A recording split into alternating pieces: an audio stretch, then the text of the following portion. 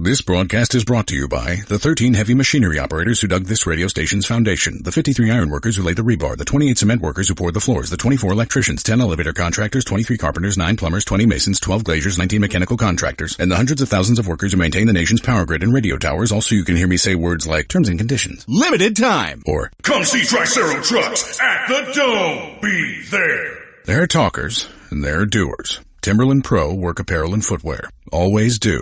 Never done. And now, Jalen and Jacoby on ESPN Radio. When I pop the trunk, head to death. Y'all pop the trunk, I pop the hood. Now act stupid, I'll pop the trunk. Give me your boom. In for Jalen Rose, we have the honor of being blessed with the presence of podcaster for multiple podcasting outlets, screenwriter, and our friend, Ryan Russillo. Thank you so much for coming on the show, man. What up, fam? How are you, fam? I'm really good, man. I was so excited this morning. I woke up early. Even the producers were like, when are you going to get here? And I said, maybe, it might roll in a little later than normal. I show up an hour and a half early. That's how pumped I was. That's exciting. I did say to Harlan, I was like, Ryan knows he's on the show today, right? Jalen also thought he was on the show today too. He called me like an hour before the show, like, do we have a show today? It's like, no, Jalen. No, you're good. Three of us would have been great, though. It would have. So you were drinking Perrier, and I said one thing that shocked me about Europe is they like sparkling water is their kind of default water setting. Still water is to Europe what sparkling water is to the U.S., and it absolutely blows my mind that that's their go-to, because I have trouble putting sparkling water down because it's so many bubbles. Okay, now if you just don't like sparkling water, then that's your deal. I mean, maybe you go a less carbonated one like a Pellegrino than a Perrier. When I was in Germany, that was the thing. It was Apfelsaft. We would do this deal where you didn't just get apple juice or some fruit deal. You got this fruit liquid, like it was almost this not gel, and you would mix it with soda water. And so you would have like an apple soda. And then, of course, Europe, it's illegal to have ice cubes anywhere. You can't get a freaking ice cube anywhere in any of those countries. So, I'm not surprised by you being thrown off by this, because I remember when I first experienced Apfelsaft that I was like, what, I got to mix my own apple juice here? And that's how it works. Well, I'll do a spindrift on occasion. But generally I like my water still. And that led to a playing pickups hoop conversation, and then you've been on a tour of various podcasts talking about your pickup hoops, because everyone wants to hear about other people's pickup hoops. It's kind of like bad poker beats or fantasy teams. Like, dude, I get it, but I don't care that you lost in your pickup hoops game and missed the final shot. No, my thing is simply like, how much longer can you go? Because I think you understand that as you get older and you think, like, I still in my head feel like I have this great summer ahead of me. I don't know if the summer just passed, so apparently it wasn't going to be this one. But when I started talking about moving to Manhattan Beach, I was like, I found a couple pickup games. Oh. And I expressed on 2 different pods that I said, I was shooting around. I wasn't sure. I hadn't played, full court in a while. And these younger dudes asked me to play, and I pointed out, I was like, I didn't see that many big guys, so I thought maybe I'll be able to score a little bit more here because there's not a ton of size. Well, in my podcast tour of talking about that pickup game, Jacoby, one of the dudes that was in the game was apparently, I thought he was kidding, and he DM'd me on Instagram being like, let me know next time you want to show up. I was one of the smaller, and he put smaller in quotations, people that you played against. And I was like, is this dude upset? What? So then I was like, I'm 43, I'm just happy to not get hurt. Silence. So I think these dudes... You got ghosted. Yeah, I think these guys were actually upset that I described them as being smaller when... I don't... So now I'm kind of annoyed where I want to then go back and be like, all right, you guys really want to do this? Like, what, you're really that mad that I said on a podcast that I didn't think anybody... So we're in a beef right now. I love this. That is not where I expected this story to go, and now I want to drill down. So you play pickup hoops with probably like 12 people, right? And then they're just like regular human beings, no like college players or anything. They were actually good players. They were decent players. They just were smaller. And you called them smaller because they probably were smaller, which is something that they can't really control. You know, it's not disrespectful if you're like, it's disrespectful if it's like these guys were ugly or they like were jerks, but it's like you can't control how tall you are, so I don't know why they would be upset by you pointing out a fact about them. Well, I've noticed this, though. Smaller people get really mad about sometimes being called smaller. And my only point was that, being older and wondering how your game's going to go that day, you're like, well, you know what? If there's not a 6'6" rim protector out there in a pickup game, I'm going to have some cleaner looks. But I guess this is real. I've thought about a response. I think you should workshop it for a while, come up with something good, short but good, and just see where it goes from here and give us an update next time you're on Jalen and Jacoby. Did you just do it, short but good? Is that what you meant? Yeah, I was talking about him. I was actually directed at him. He's now going to DM me too. Sorry, dude. Steven in Manhattan Beach. I've noticed of my quote unquote smaller friends that like my smaller friends are the ones more likely to kind of like start a bar fight. Yeah. Oh yeah. You know what I mean? It's like I've got one friend who won't be named Rom, and it's just like Rom, like why are we? It's like I know you love the Giants, dude, but like we don't have to start an argument with like the Redskins fans across the bar because the Giants are ahead by 14 points. Like let's just not, dude. Let's not. And honestly, I think at this age there's better reasons to fight. No, there's not. NFC East teams? Yeah, good point. That's what I'm saying. I'm not saying definitely do it. I'm saying, The older you get, the higher the threshold is of like things that will make me angry at a bar. You know what I mean? You could do so many things to me at a bar, and I would just not even care and just turn around and ignore you. When 20 years ago it would be like a thing, but now it's just like you could disrespect my mom, my family, my kids, my wife. You can slap me in the face, and I'll just be like, "Okay, man, are we done here? Because I want to get back to watching the Nuggets Raptors." Yeah, and you're like, "I have a good spot. Here. I'm in line." I don't know why. I don't know why we need to start a fight over this dude in a jersey. Reggie's got a new button on the soundboard that he's really excited about. The Kawhi laugh. Dude, the Kawhi laugh is. I mean, I woke up West Coast to just multiple texts going, "What is this?" I mean, isn't it amazing? It took us basically a decade to figure out how weird this is. Like, we never heard a person laugh that's one of the 5 best players in the league. Well, now, I don't know if you've done this deep dive. It's not even that deep dive anymore. Other people have done the deep dive to compile all of the Kawhi laughs over the years. And I would say the one from Media Day in Toronto is like, it's probably like 6 on the top 10 weirdest Kawhi laughs. Like, there's some that are just grunts. He's a weird laugher. I'm not sure Kawhi Leonard is going to be a great hang. I'm not sure he's a great hang.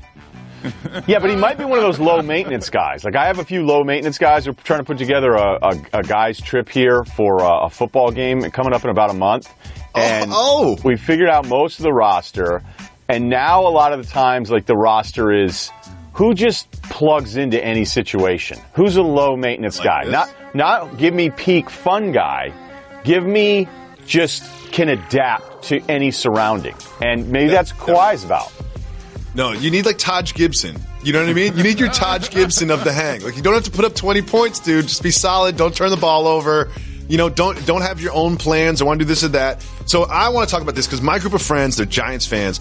Every year they go to a road game and they all wear Giants jerseys and they tailgate and get hammered and stories come out of the weekend. And every year they're like, Jacoby, why aren't you going? Why aren't you going? And I always have to come up with an excuse. But the fact of the matter is, I don't want to do that. I just don't want to do that. Are you doing a Patriots road game? Is that what I'm assuming this is? I would never do an NFL thing. I would also never do it on a Sunday, because then guys are just, the next thing you know, it's Wednesday before you're figuring it out again. Yes, exactly. And then just kind of the during the day thing, too, so that would be a no. It's a college football game. It's LSU. It's an experience.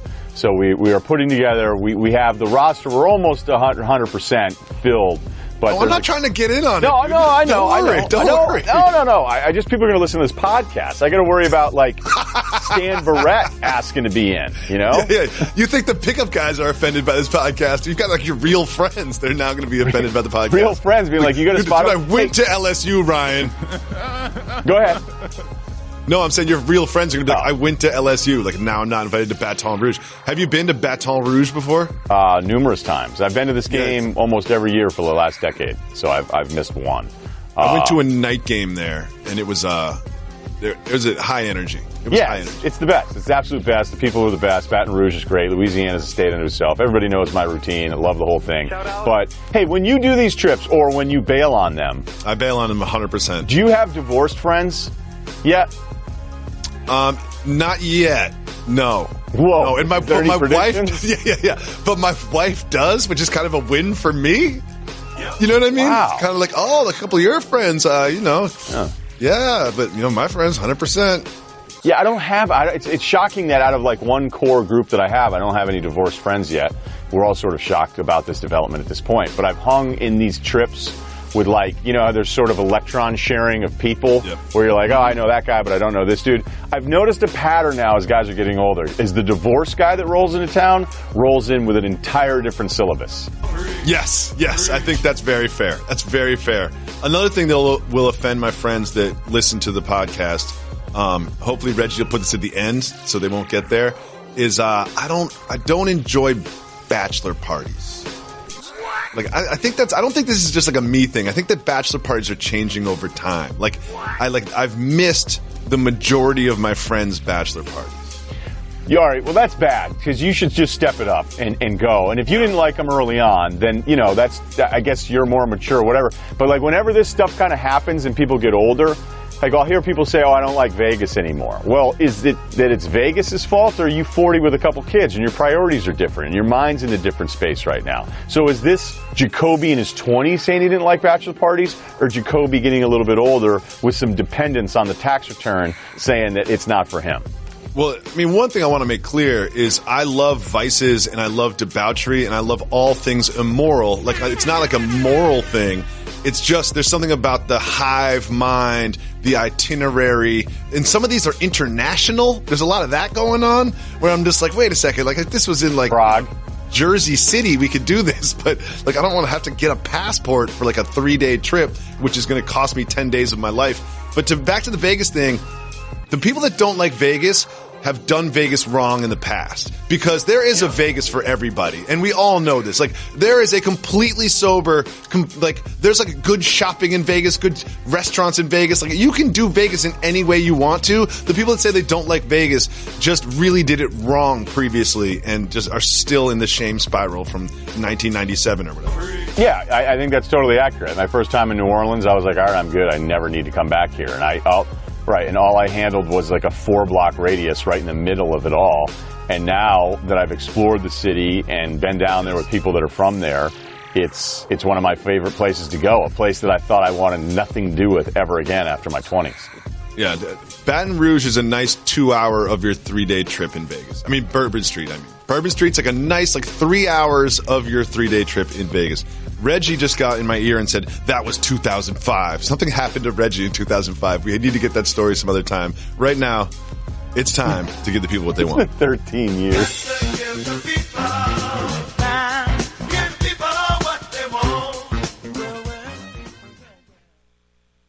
I just saved hundreds of dollars by switching to Geico. I'm as happy as a clam. Disclaimer. Geico cannot guarantee you will be, quote, as happy as a clam, unquote. The Geico legal team cannot accurately verify clams even experience the complex human emotional state known as happiness. As an invertebrate mollusk living half submerged on the ocean floor, with no arms, legs, or wireless access, what's there to be happy about? A clam's all like, oh, I'm so happy I didn't get turned into New England clam chowder today. Pronounced regionally as chowder. Chowder.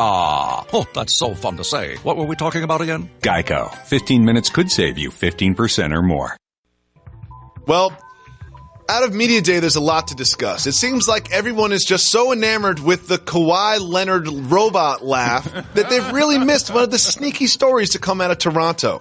There is a report that Kyle Lowry, franchise cornerstone Kyle Lowry, has not responded to calls or text from the new head coach Nurse and GM Masai Ujiri all summer long. Ujiri. I said it wrong. I always say it wrong. Anyway. That's all right. At least you got Nick Nurse. Yeah, I got Nick Nurse in there. Ryan, where does that tell you about where Kyle Lowry's head is at, that he's been ghosting two of the most important people in the franchise all summer long? Okay, like a lot of stories, you look at this and you go, okay, I can understand Lowry. He's upset. DeRozan was his dude. We kind of loved their comedy duo routine in the last couple years, and now he's out of there. But you just added a better player in Kawhi.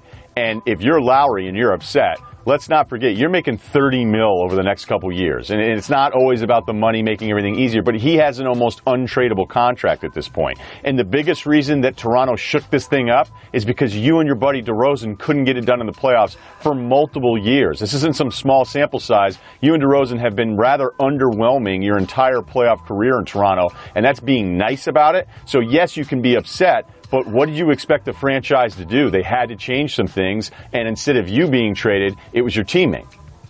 It's interesting because you're making perfect sense when you say that, but you got to remember that everyone's a hero in their own movie. Of course. So like when Kyle Lowry looks in the mirror, he's not like, oh, you know what? Me and DeRozan couldn't really get it done. I'm so glad they brought in a better player and shook this thing up. He's saying, me and DeRozan were the duo that were going to bring this city a championship. I can't believe you traded away my best friend. And now you've brought in this robot basketball man that got it, they like forced his way out of San Antonio. But at the same time, you're not contractually obligated to respond to texts and phone calls over the summer, but they are paying you, as you mentioned, about $30 million, like a common courtesy. Maybe like one of the people in your life gets in your ear and says, hey man, maybe it'll just make your life a lot easier for the next year if you just send an emoji back with a smiley face when they holler at you, and then people like Ryan Russillo and David Jacoby won't be talking about this in 4 months. Like, it just seems like it's just not great strategic planning from him to be ghosting basically his bosses all summer long. Like, it just seems like a bad idea. It tells me that he is very upset about this DeRozan thing, which is not going to be great for chemistry. You can be upset, but you can also be professional. And I think that's the whole point of this, is that be upset until a point. I'm sure Dwayne Casey being bounced out after winning Coach of the Year probably has a little something to do with this, but the hero in your own movie thing is a perfect description, because a lot of times you're like, are you really honest with yourself about how culpable you are in a failure? I mean, think about all of us that do this for a living. You're like, oh, your show isn't doing that well. And you're like, oh, it's the slot and our producers. It's not just this business where people are not honest with themselves about how culpable they are in a failure. Of course. But when you're talking about a team setting and actually having look, you're not related to your teammates, but you are this traveling family now for about 7 months, and a team that has a chance to maybe do some things here in the East. So at some point you have to get on the same page, or at least talk this out, so you're not starting the season with some sort of cloud. Be excited. I know your guy's gone, but be excited that you have Kawhi at least for a year. It is a good point because, you talk about this family and everything, and we always see what they do on the basketball court, but they spend so much time in the hotels and on the team planes. And when you take your best friend out of that scenario and you add in a guy that laughs like this, it does seem like it's just going to be awkward. Like, it's just going to be awkward during all those off-court moments.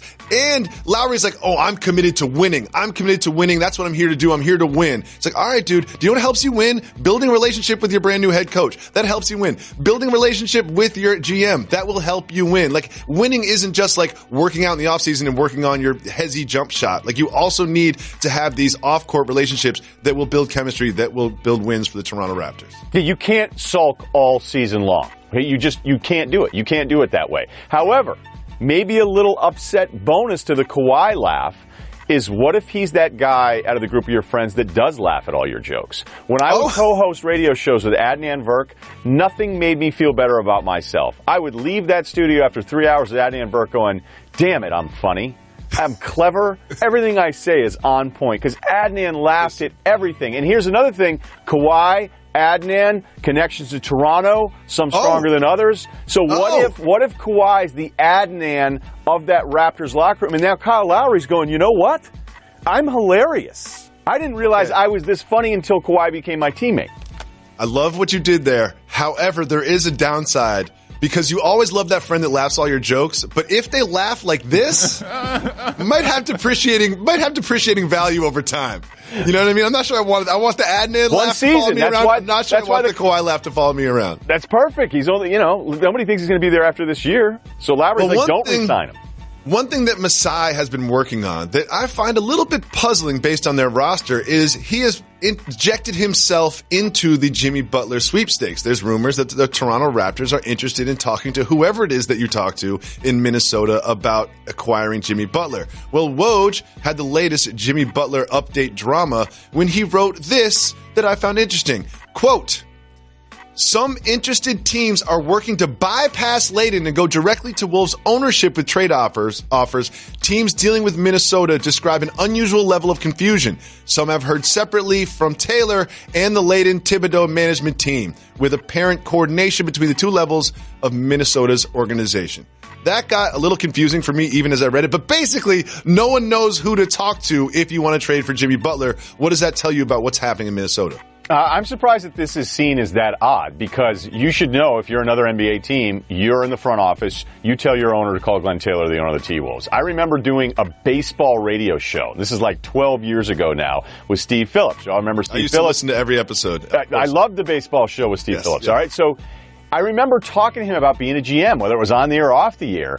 And he told me, well, if I couldn't get a deal done with the GM, he's like, I'd just go to Wilpon, I'd go to the owners of the Mets, I'd say, hey, look, let's just go. Like, I'm not going to tell the GM I'm doing this, but you just call the other owner and set up the deal. So guys have been doing this forever in this role. And it's even more important because I think what we see here is this power struggle, Jacoby, of an ownership in Minnesota that's like, wait a minute, if Tibbs is about this year and keeping Butler, well, that doesn't do any good for me, especially if I'm not on the same page as my now coach and GM, which is his own challenge. So I actually think this is fairly easy to follow and makes a lot of sense, as frustrating as it may be for other teams. If you're another NBA team, just have your owner call Taylor. Problem solved. And here's the thing is, if you are another NBA team, are you a little concerned about trading for Jimmy Butler, who's a great player, but doesn't all of this raise some red flags? Like, doesn't all of this devalue Butler a little bit if you are another GM or owner on another team?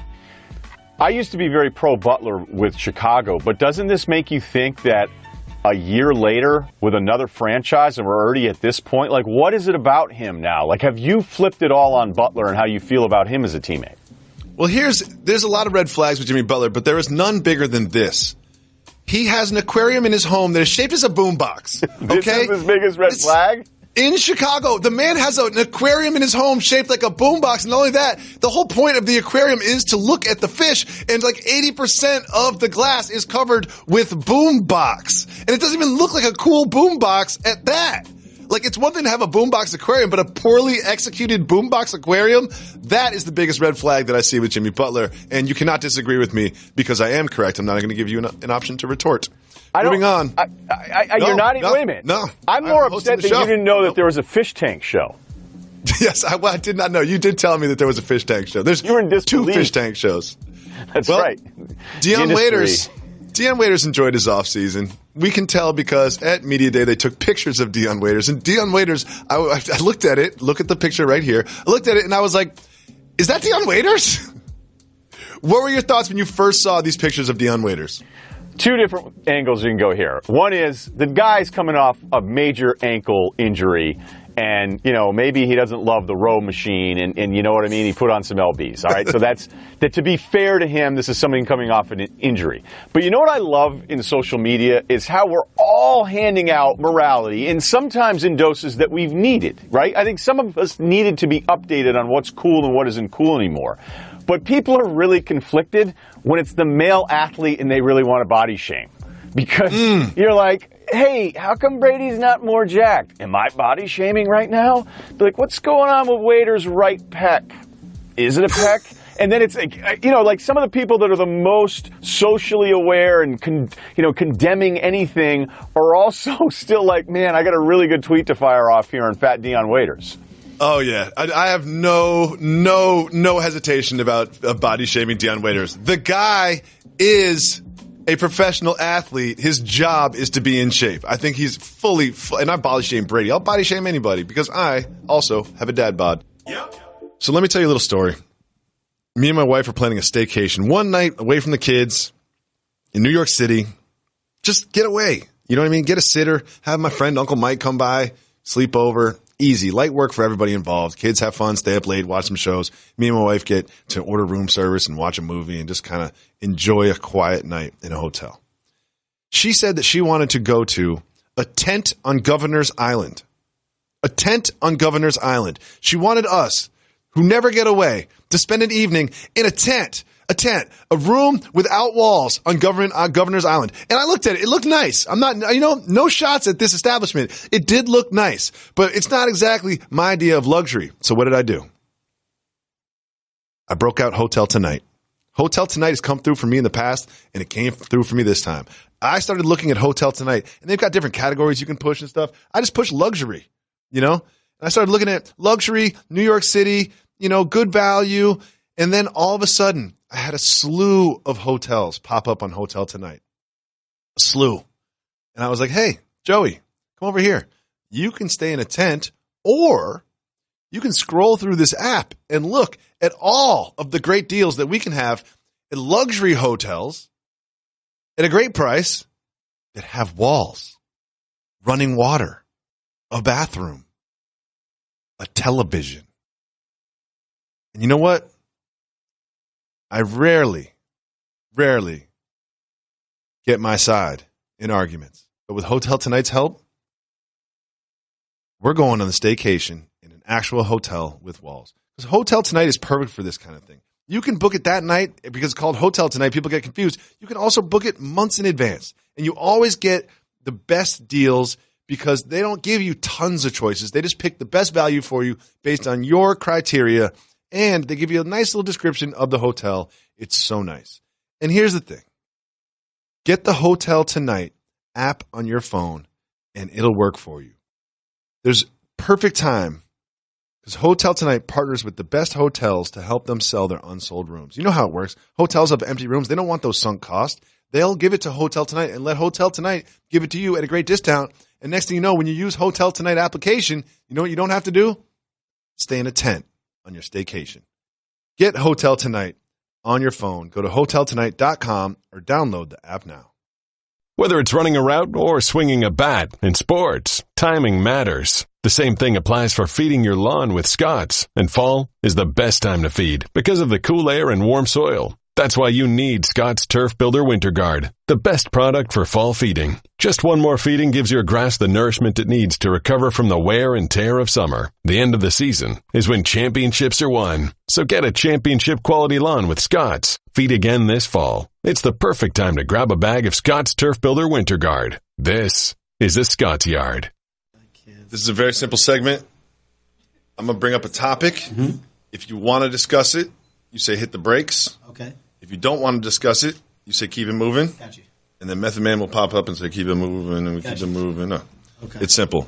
Don't skip all of them.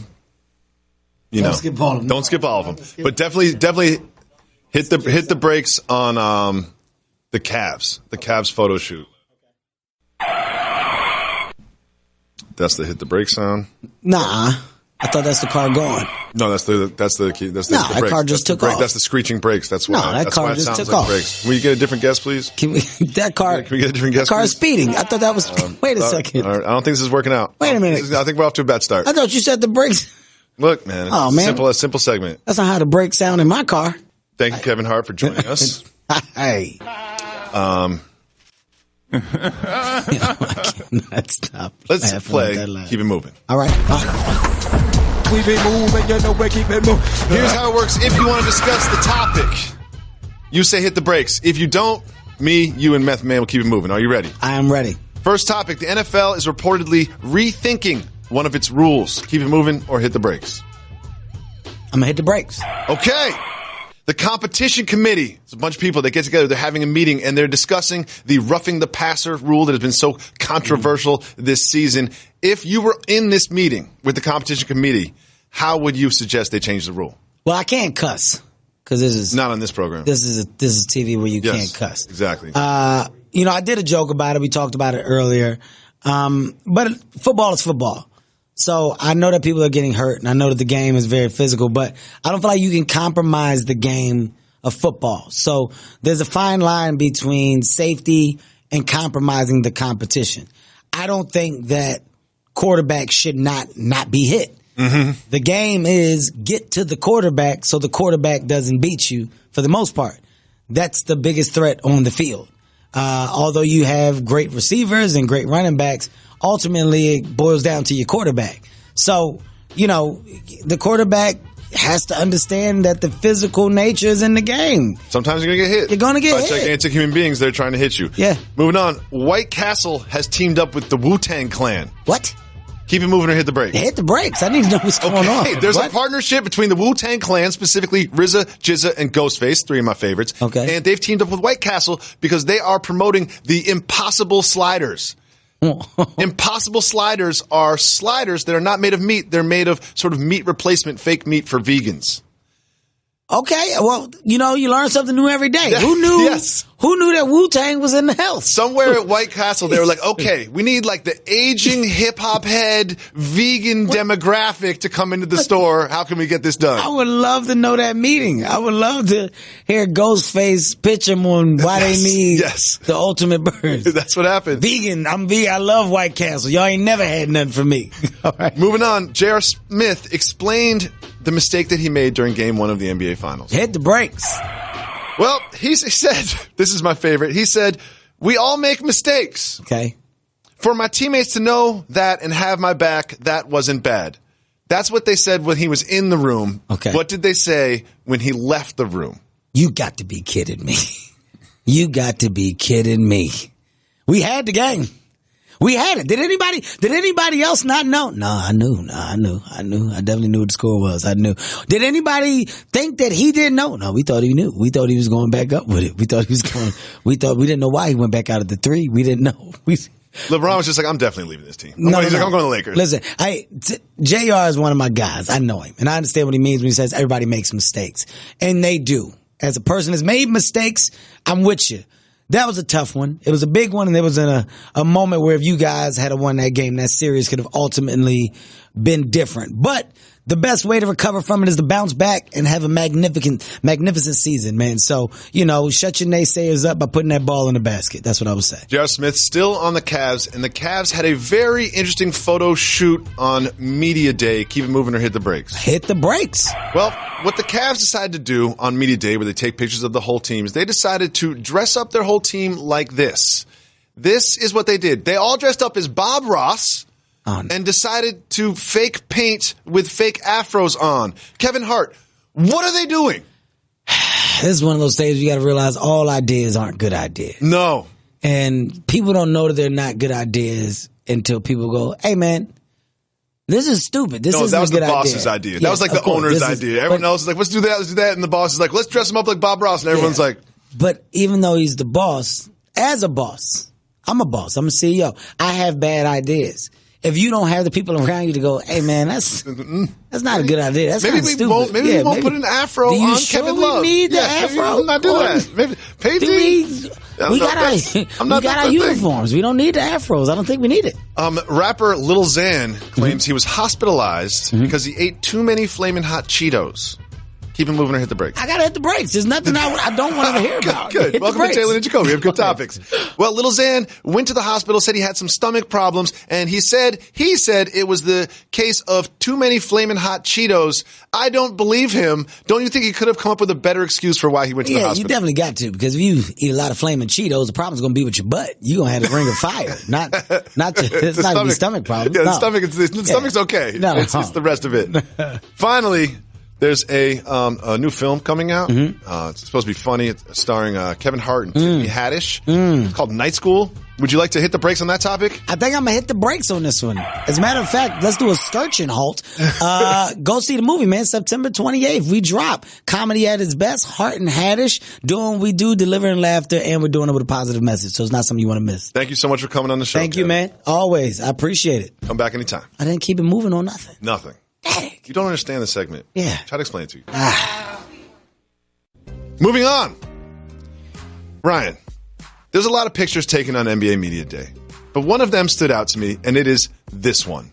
This is a picture of a projected starting 5 for the Golden State Warriors, and this is, in my opinion, the best starting 5 I've ever seen in my entire life. However, because I like to make things negative, which one of these players do you think will not be on the team next year when they have Media Day? Well, this is too easy because, honestly, Boogie Cousins shouldn't be eligible for this because it's the easiest pick to go with him. He's not going to come back at that number. It is a one-year deal, $5 million. He wanted to regain his value in this league. He wanted to get a ring. There's no way he's going to be back there next year. If you really want to make this challenging, you exclude him from it and you have to pick one of the other 4. Okay. Ryan. excluding Boozy Cousins, which one of these players do you think will not be on the team next media day? I don't want to say Durant, but I would say of all the things, the moving pieces, the way his contract's been structured and that kind of stuff, like Clay could bounce too, but you'd have to put money on Durant, even though I'm not sure what I believe in the stuff I hear in the offseason. You?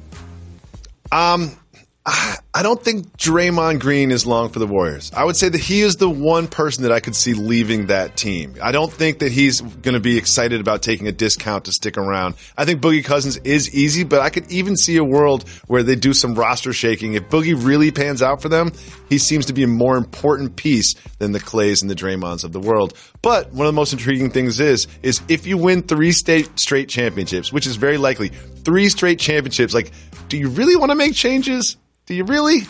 And then the tax bill. The tax bill is going to get to the point where, I heard rumblings that they may get creative about this. Had they not won it this year.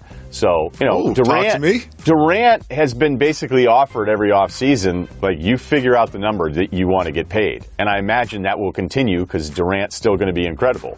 And I think lost in everybody's hatred for this team, I think people have really stubbornly missed out on some amazing basketball and some incredible playoff performances because they don't want to admit how great this is. And I'm with you. I think it's the single greatest collection of talent I've ever seen on a team.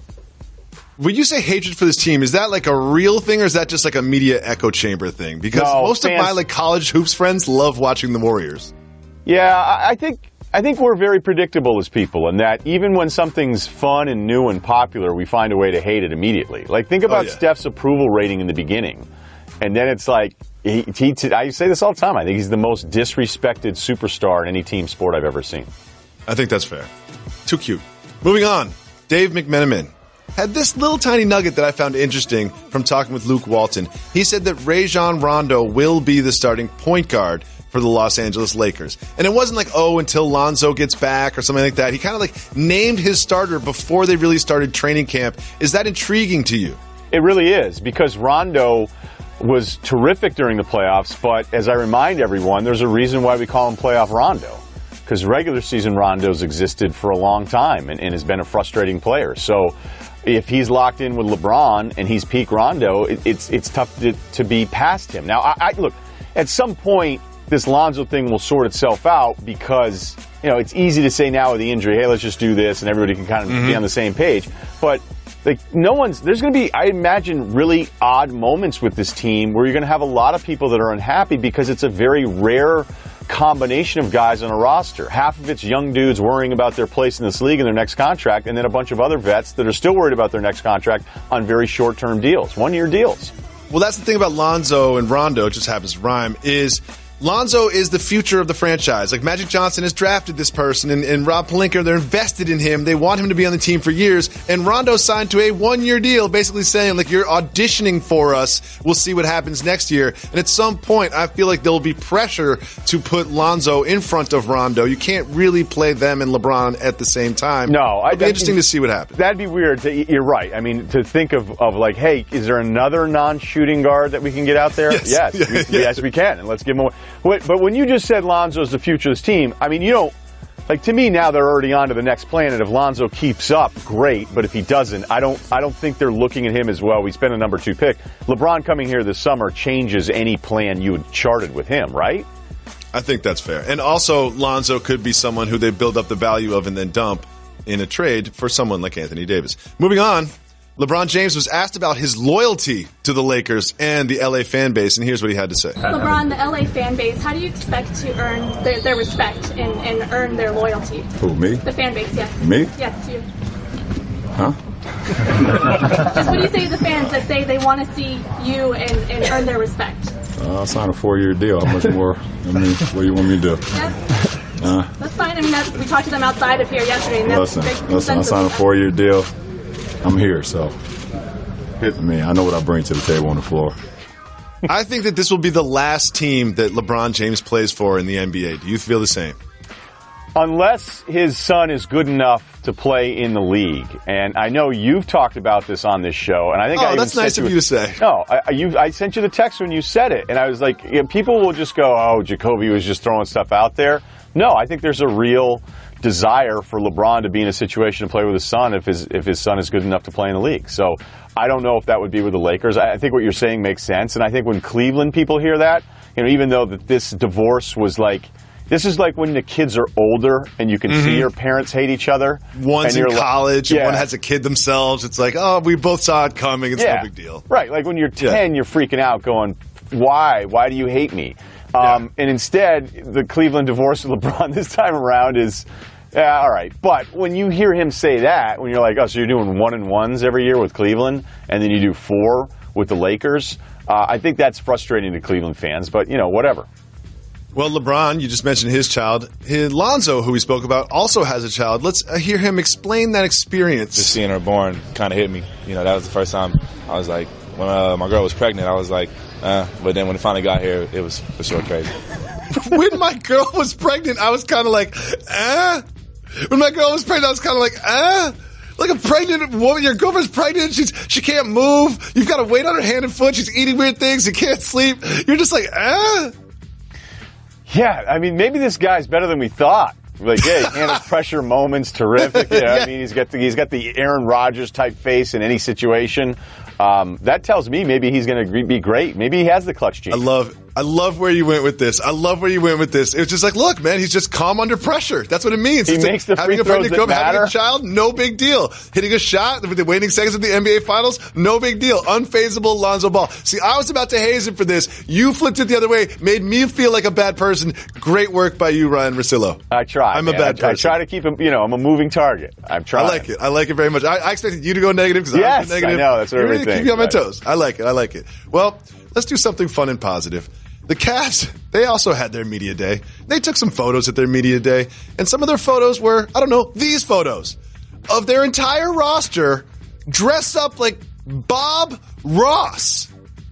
My question for you is, in the marketing meeting, when they're like, look, we only have one day to take these photos, why did they hatch this plan to dress the entire up like Bob Ross? At least it's still sort of like, it's not like the Flyers mascot Gritty played out already, right? I give them some credit for this because there is the Bob Ross challenge that's out there where different people, have uploaded videos of them painting along with Bob Ross. So there's something that plays here. There's also part of me that's like, hey, we're not going to be very good, so let's throw a bunch of wigs on these guys at media day. So that scares me a little. To me, it's just like, I know who Bob Ross is. I've seen the show before. You know who Bob Ross is. You've seen the show before. But if you're trying to bring in the millennial, the young Clevelander, is Bob Ross reference really going to get it done? He doesn't necessarily scream intimidation and power basketball and high energy fun to me. It just seems like maybe they're looking for the 45-year-old stoner to buy season tickets, so they dress him up like Bob Ross. High energy fun, you're right. I don't think Bob Ross immediately, but he is kind of a legend. I don't know if there's some sort of resurgence here. I mean, everybody remembers back in the day when we didn't have a lot of channel options, and you're like, all right, I mean, he's going to paint some happy trees, and there's going to be a barn in the moonlight. That's fine. But you know what? This isn't bad, because there are so many times where teams do this kind of social media stuff to get some, and sometimes it's so bad. There was this one NFL team the other day that tried to do a cool Instagram post after one of their players scored a touchdown, and the touchdown, the players celebrating the touchdown, and the team IG post was excited when the other person says that parents are not in the building. And you just go, I know what you're trying to do. Oh, no. But just, who's running your feed? My dad? Yeah, that feeling win thing. Oh, God. Yes. Well, it is time for Soft Move or Boss Move. You don't need me to explain this to you. Soft Move or Boss Move. Tiger Woods was asked who his Mount Rushmore of golf was, and here was his answer. My all-time Mount Rushmore of golf. Okay, well, probably Snead, Jones, Nicklaus, me. Okay. It's a given that putting yourself in the Mount Rushmore, if deserved, is a boss move. But putting yourself last and making it seem like you didn't pre-plan it, soft move or boss move? I love it all, okay? Because when you can back it up, you should do stuff like this. Yes. People should Yes. answer questions this way. I would have hated it had he gone, well, I'm not. Dude, I mean, if you're not the greatest of all time, you're the second best golfer of all time. I mean, really, I think he's the greatest. Look, there's a different level of like when the backup QB says in training camp he thinks he's actually the best QB in the league, or when Marvin Bagley says, I'm not winning Rookie of the Year, I'm going to win MVP. Like, there's some absurd confidence. And this isn't what this is. Like, I would have been so upset, Jacoby, if he had left himself off. Of course. And then people go, oh, that's really awesome how humble he was. I just like that he made it dramatic. I Yeah. like that he made it dramatic, and at the end he was like, and me. It's like, you knew you were putting yourself in. I would have liked it if he was like, Nicholas, Snead, myself, Chichi Rodriguez. I'd be like, oh, okay. That's made it into a bit. That would have been a better move. Moving on. LeBron James plays for the Lakers. Used to play for the Cavs. Not sure you knew that. These are the sneakers that he is expected to wear on his first game with the Lakers. Those look like Cavs colors to me. Ryan Russillo wearing Cavs colors on your shoes with a Laker uniform. Soft move or boss move? Do we think that's what it is, though? Because the first release that he had on these, I missed out on them, was two different shoes, basically. Like, that was the first release on that 1 through 5. I've liked his last couple shoes. The last year's one were terrific. Do you really think this is Cavs colors? I don't know. I'm going to abstain. I don't think I can answer this one. Oh, really? Okay. Yes. Dude, you just asked a question. Do I really think those are Cavs colors? Really? That is the Cavs, like burgundy or wine or whatever they call it. That is exactly Burgundy, the shade. yeah. And if you're going to wear, first of all, just from a fashion standpoint, it really does clashes with the purple and gold. But that's the new thing, right? An outfit that does not make. The league if all the passed colors rule. if all the colors in the rainbow to wear that one just seems like someone somewhere should be like, hey, LeBron, how about game 2 we break those out? Game 1 we go with something a little more neutral. Or what if it's with the cheetah pattern, a pro-animal statement, especially with California passing the no-fur rule? There you go. I like it. I like it. That's actual real cheetah fur, though. It's not. Moving on. Something that's very important to you and I as both people from New England. Dunkin' Donuts has decided to change their name to Dunkin' after 70 years. Ryan Russillo. Dunkin' Donuts changing its name to Dunkin'. Soft move or boss move? It's a boss move because I think 90% of my friends already thought it was called Dunkin', but the problem is they all thought it was Dunkin'. Hold on. So guys from Mass, you know this, Jacoby, guys from Mass pluralize things that have never been pluralized ever. I don't know what it is.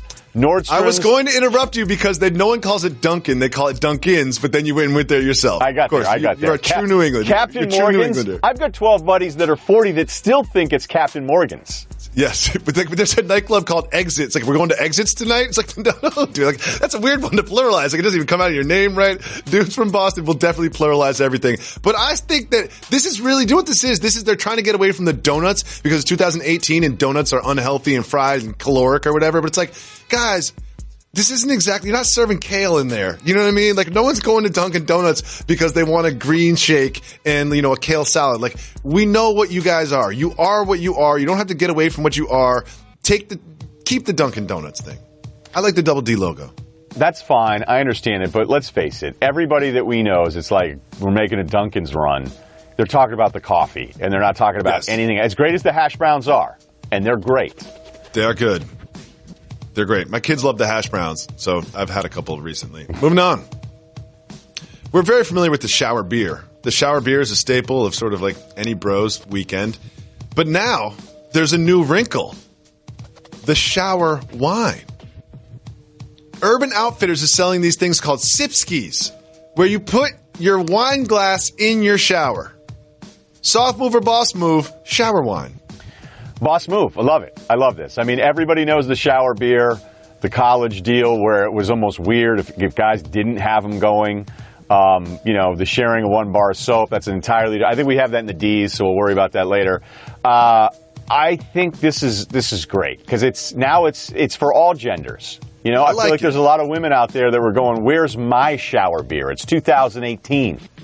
I do have some concerns. One thing that's nice about the shower beer is there's this small top on the bottle. Yeah. So you don't get a lot of water mixing with the beer. The wine goblet, I feel like you're going to get some water in there where you're going to have some watery wine. Perhaps we need some sort of like plastic cover to go on top of the Sipsky as well. Also, when you're using a Pantene or some of the heavier products out there and you get a lot of hair and you're female, you're going to have to be a little bit safer than a Natty Light in the mid-90s. That's very fair. That's very fair. Moving on. This one's a little complicated. Just take the ride with me. There's a gentleman in Northern Ireland, and he's been arrested. Allegedly what happened is his neighbor died.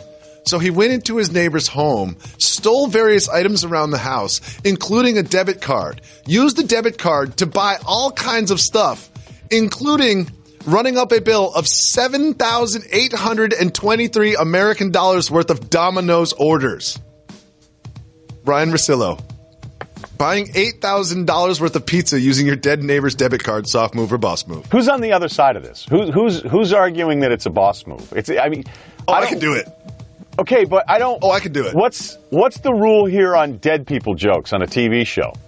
Well, we don't have a lot of rules here. We're on ESPN 2, you know what I mean? So we can get away with a little bit more. Sometimes you guys are ESPN 1.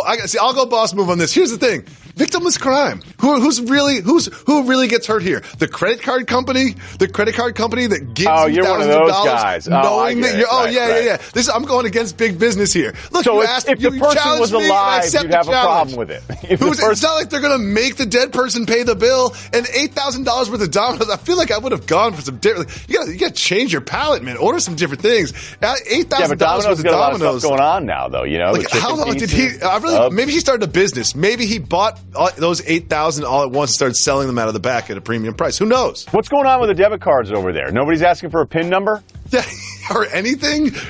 Or just like you can just run up. This is more than this $8,000 worth of pizza on this. At some point, this should raise a red flag in the computer system at the debit card companies. Who knows? Sounds like this dead lady next door had a lot of money in her bank account.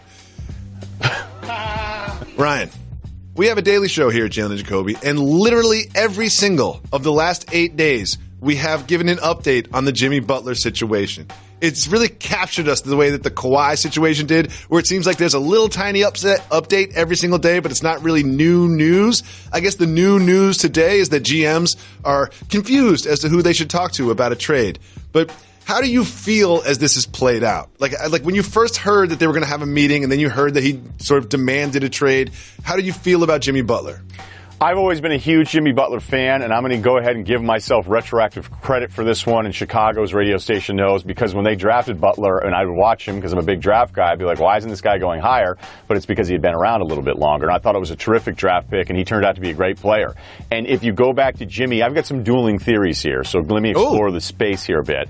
But please, when Jimmy was there and became the best player in the Bulls, I was team Jimmy Butler. Rose came back, he was washed. It was injuries. It was his own approach. And you watch them play as a team together, and Rose, you could see that he was annoyed that it was now Butler's team. And Butler would be annoyed that Rose still thought it was his team. So I was very much on Butler's side. And I feel like the Bulls did some stuff, negotiating-wise. It was a little nasty with him. So I'd always been pro Jimmy Butler. But here we are a year later. And it's kind of the same story. Jimmy's difficult. It's not great to get along. I don't know if something's going on with the teammates. No one works as hard as Jimmy does. It's upsetting Jimmy because he works so hard. Look, I can understand Jimmy being upset that Wiggins and Towns maybe don't have that mental switch and be like, hey, boys, it's time to start figuring this thing out and being a little tougher because Butler's tough. But I wonder if Butler actually is this difficult guy that I heard about in Chicago that doesn't get along with his teammates. I don't know if something else is going on there because it's weird that, wait a minute, why are we almost through September now?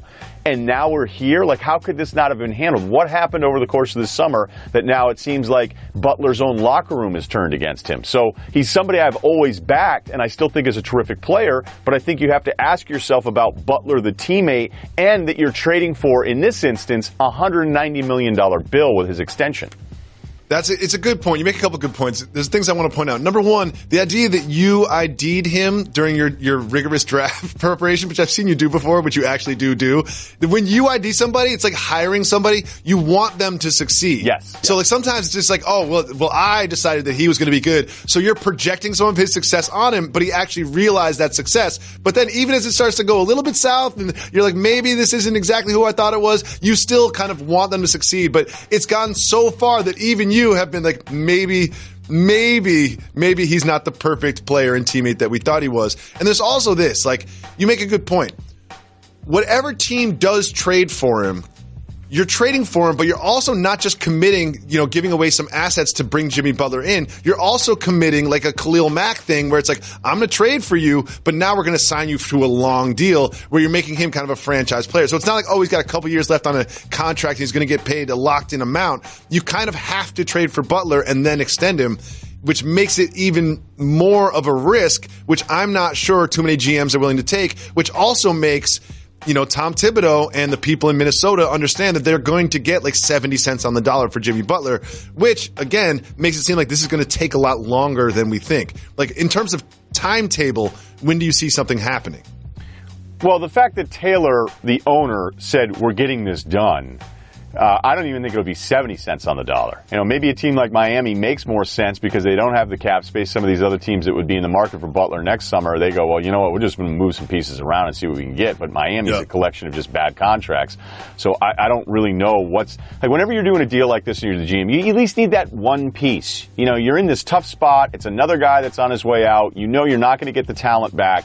I need the one piece that maybe in 3 years is some kind of asset instead of all these moving pieces that I'm trying to talk my fan base into. But the other part of this that you bring up, too, is that if the rest of the league, as Woj reports, is frustrated because they're getting two different messages, well, stop paying attention to the Thibodeau message. Stop. Yeah. Because he's not in control on this one. The owner is. And Tibbs, somebody who I've always backed in Chicago. I love this guy. I've sat and talked basketball with him, and he's as impressive as anyone I've ever talked to talking basketball. Makes me think I don't know anything about the game. Okay? But if he's going... Like, we know Tibbs, hey, you can trade Jimmy for less players, or you can try to get into the playoffs and win this year, and then it's not your problem if you're out of there and he's out of there. I mean, we are selfish people. We are all selfish people, and Tibbs can be very much motivated by what's happening in just 2018 and 2019. And if I'm the owner, I'm going, hey, man, like, stop taking calls on this one because our priorities are no longer aligned. Well, we'll see what happens, but I don't think anything's going to happen very soon. Well, there's an update that you brought to the rundown, and I'm very excited about this topic. There's been this narrative about the Nike stock. Uh-oh. The Nike stock narrative. Uh-oh. And how it's been tied to the Colin Kaepernick campaign. And the Nike stock has now risen 6.25%, adding over $6 billion to the company's value. Ryan, how much correlation do you see between the Nike campaign featuring Kaepernick and the stock? None. Zero. Okay? None. That's not how stocks work. Now, look, I'm going to be very consistent on this one, and I was from day one. When Kaepernick was announced as a new ambassador for Nike, Nike stock went down like 3% that day. And the right-wing people out there who are selling their agenda were trying to say, oh, look at that. Kaepernick, bad for business. Tank the stock. Right. And it wasn't like, hey, I know stocks. It's, hey, here's something that backs up my opinion, okay? Now, before everybody freaks out on me and goes, oh, we go liberal Russillo. Nope. Because here's the deal. All of you now champagning this whole thing and saying that word didn't work out there. Championing is what I meant to say. Championing is, I like champagning though. Champagning, either one works really for this show. But all of you saying this proves that everybody loves Kaepernick and that the company, this stock has been on a tear for 52 weeks, okay? A year ago, it was $50 a share. Now it's in the low 80s. This isn't how stocks work, folks. It isn't. So for those that were blaming Kaepernick for a small decrease for Nike stock, you were wrong. And on the other side, on the left, saying that this proves that everybody loves Kaepernick, yay, rah, like go Nike. There's so many other factors. Nike beat earnings. It's a great product. The stock has been on a tear for one straight year here. Both sides are selling an agenda that they want to believe instead of actually paying attention to how the market works. Are you trying to suggest that there's other variables at play that affect Nike's value as a company, the multi-billion-dollar company, besides one of their commercial campaigns? That's what I'm suggesting. Well, Mind-blowing. obviously you have some sort of agenda. I want to thank Ryan Russillo for coming on. I want to remind you that you can listen to The Russillo Show on ESPN app, anywhere you listen to podcasts. It's an excellent listen, and we'll be back tomorrow. Done. We're not done. We're not done. Got to give the people time. Give people what they want. They my little guys. I love them.